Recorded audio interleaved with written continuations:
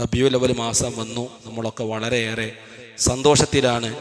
പരിശുദ്ധമായ ഖുർആൻ നബി സല്ലല്ലാഹു അലൈഹി വസല്ലമ തങ്ങളെ കൊണ്ട് സന്തോഷിക്കാൻ പ്രത്യേകം പറഞ്ഞിട്ടുണ്ട്. ഖുൽ ബിഫദ്ലില്ലാഹി വബിറഹ്മതിഹി ഫബിദാലിക ഫൽയഫ്റഹൂ.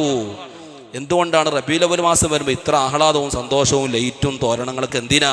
ഖുർആൻ മറുപടി പറയുന്നു, ഫൽയഫ്റഹൂ, നിങ്ങൾ സന്തോഷിക്കുകയാണെങ്കിൽ നിങ്ങൾക്ക് സന്തോഷിക്കാൻ ഏറ്റവും അർഹതപ്പെട്ടത് നമ്മുടെ പ്രിയപ്പെട്ട നേതാവ് സയ്യിദുന മുഹമ്മദുർ റസൂലുള്ളാഹി സ്വല്ലല്ലാഹു അലൈഹി വസല്ലമ തങ്ങളാകുന്ന ലോകത്തിനാകമാനം കാരുണ്യമായി റഹ്മത്തായി നിയോഗിക്കപ്പെട്ട മുത്തുനബി സ്വല്ലല്ലാഹു അലൈഹി വസല്ലമ തങ്ങളെ കൊണ്ടാണ് എന്ന് ഖുർആൻ പറയുകയാണ്. പ്രിയപ്പെട്ട മുഅ്മിനീങ്ങളെ, സഹോദരന്മാരെ, നോക്കൂ നിങ്ങൾ, ഇന്നത്തെ ഖുത്ബയുടെ പ്രധാനപ്പെട്ട കണ്ടന്റ് അല്ലാഹു തആല ആദരിച്ചവരെ ആദരിക്കുക, ബഹുമാനിച്ചവരെ ബഹുമാനിക്കുക എന്നത് തഖ്വയിൽപ്പെട്ടതാണ്, ഈമാനിൽപ്പെട്ടതാണ് എന്നുള്ളതാണ്.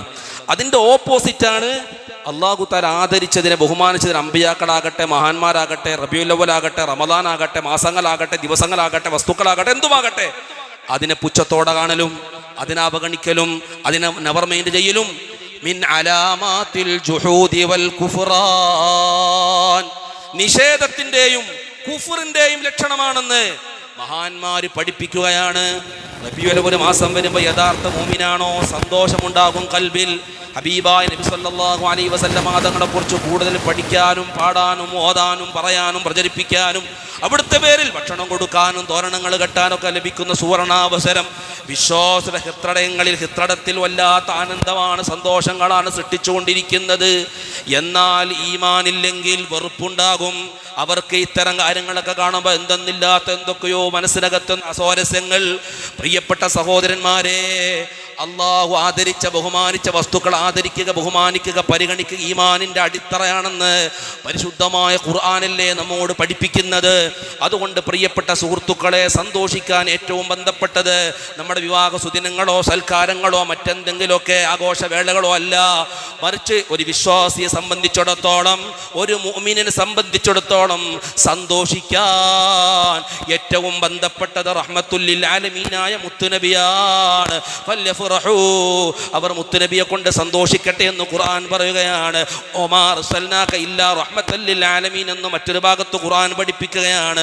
മുത്തുനബിയാണ് ഏറ്റവും വലിയ അനുഗ്രഹം, മുത്തുനബിയാണ് ഏറ്റവും വലിയ റഹ്മത്ത്.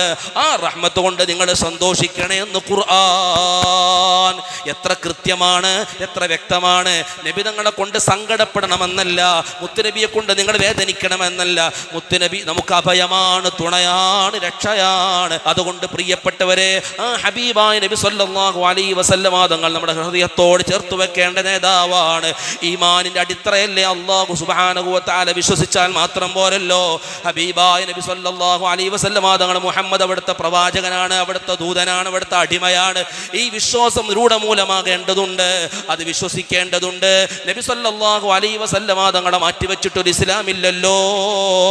അതുകൊണ്ട് പരിശുദ്ധമായ റബീഉൽ അവ്വൽ മാസം ഹബീബായ തങ്ങളെ കൂടുതൽ അറിയാനും പകർത്താനും ഹബീബായ നബി സല്ലല്ലാഹു അലൈഹി വസല്ലമ തങ്ങളിലേക്ക് അടുക്കാനുമുള്ള സുവർണാവസരമാണ്.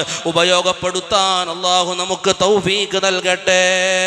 അഹ്യാ റബീഅൽ ഖൽബി ശഹറുൽ മൗലിദി കുല്ലൽ ആനാമി ബിദിക്രി മൗലിദി അഹ്മദി യാ റബ്ബി സ്വല്ലി അലൻ നബി മുഹമ്മദി മുൻജിൽ ഖാലായിഖി മിൻ ജഹന്നമ يا سيد السادات جئتك قاصدا أرجو حماك فلا تخيب مقصدي يا ربي صل على النبي محمد منجي الخلائق من جهنم في غدي.